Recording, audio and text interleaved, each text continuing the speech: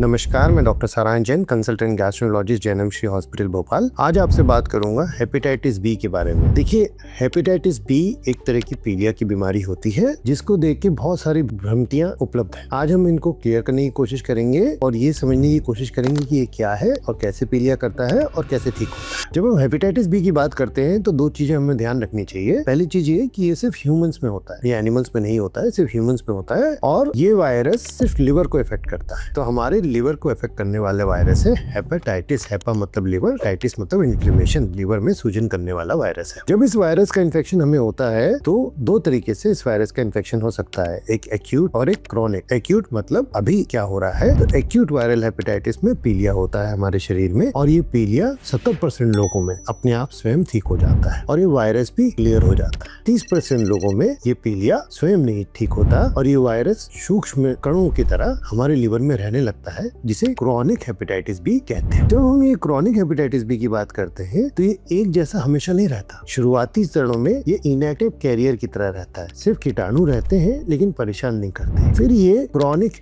Hepatitis करता है या लिवर में सूजन क्रिएट करना शुरू करता है। कुछ केसेस में ये हेपेटाइटिस लिवर सिरोसिस या लिवर में फाइब्रोसिस क्रिएट कर देती है और उनमें से कुछ लोगों में कभी लिवर कैंसर होने का भी खतरा रहता है। तो ये 4 स्टेजेस में क्रॉनिक हेपेटाइटिस बी होता है, एक स्टेज में नहीं होता है। पहले हम ये समझें कि हमें कैसे हो सकता है। तो hepatitis B person to person transmission से होता है, एक व्यक्ति से दूसरे व्यक्ति को हो सकता है, लेकिन छूने, बात करने, हाथ पकड़ने से नहीं होता, अनप्रोटेक्टेड सेक्सुअल इंटरकोर्स करने से होता है। दूसरा, इंजेक्शन जो एक मरीज को लगा दूसरे मरीज को लगने से होता है। तीसरा, खून चढ़ाने से हो सकता है। चौथा, टैटू गुंदवाने से हो सकता है जिसमें नीडल साफ किए बिना दूसरा टैटू बना दिया गया। पांचवा, माँ से बच्चे को हो सकता है कुछ केसेस में। अब अगर हमें हेपेटाइटिस बी हो गया तो या तो एक्यूट है या क्रॉनिक है। क्यों मैं एक्यूट और क्रॉनिक की बात कर रहा हूँ, क्योंकि एक्यूट अगर है और पीलिया है और ठीक हो गया है तो 70% में ठीक हो सकता है। क्रॉनिक अगर है तो जो पहली 2 स्टेजेस है जिसमें मैंने बात करी थी, जो कैरियर और क्रॉनिक हेपेटाइटिस है, उसमें लक्षण बहुत कम होते हैं लेकिन मरीज ठीक हो सकता है दवाइयों द्वारा। और जो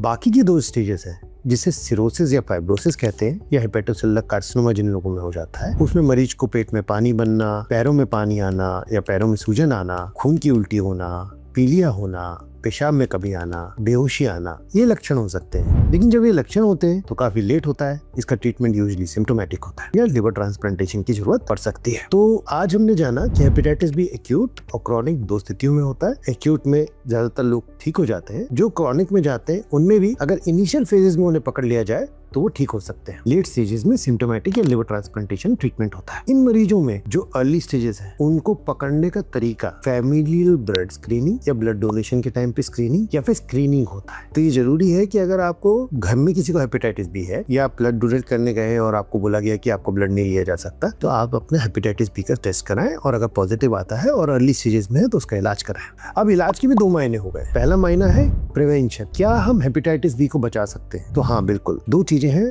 इसके प्रिवेंशन में। एक, जो इसके मोड ऑफ ट्रांसमिशन है हम उनसे बचें, हम अनप्रोटेक्टेड सेक्सुअल इंटरकोर्स से बचें, हम टैटू ऐसी जगह से करें जहाँ फ्रेश टैटू होता है, दूसरी नीडल यूज नहीं की जाती है, या क्वैक्स से इंजेक्शन लगवाने से बचें। दूसरा, हम वैक्सीन लगवा सकते हैं। ये एक ऐसी बीमारी है जो वैक्सीन द्वारा पूर्णतः प्रिवेंटेबल है और इसकी वैक्सीन एक्सट्रीमली सेफ है। मतलब वैक्सीन से नुकसान नहीं है और प्रिवेंशन बहुत अच्छा होता है।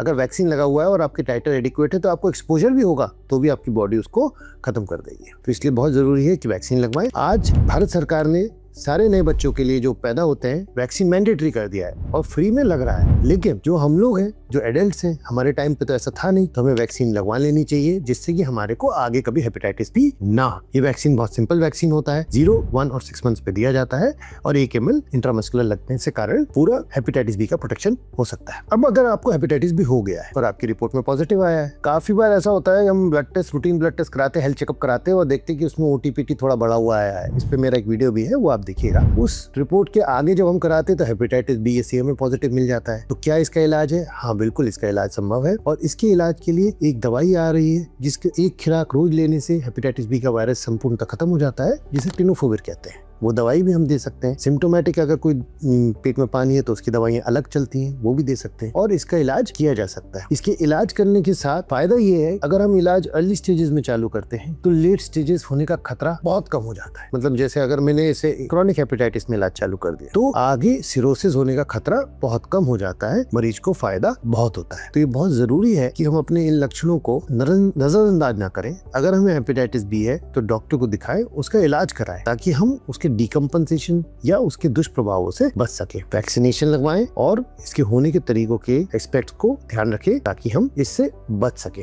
आपके मन में हेपेटाइटिस बी के रिलेशन में कोई और सवाल हो, कोई और विचार हो, आप मेरे से जरूर सवाल पूछ सकते हैं, कर सकते हैं। इस वीडियो को लाइक और सब्सक्राइब करें। अगर आपको अच्छा लगता है तो ऐसे और वीडियोस आपके लिए मैं बना रहा हूँ। एक और बात मैं कहना चाहूँगा, बहुत सारे लोग हमारे वीडियोस देखते हैं लेकिन सब्सक्राइब करना भूल जाते हैं, तो इसके कारण हमारे वीडियोस, अगले वीडियोस आप तक पहुँचने में मुश्किल हो जाती है। तो नमस्कार।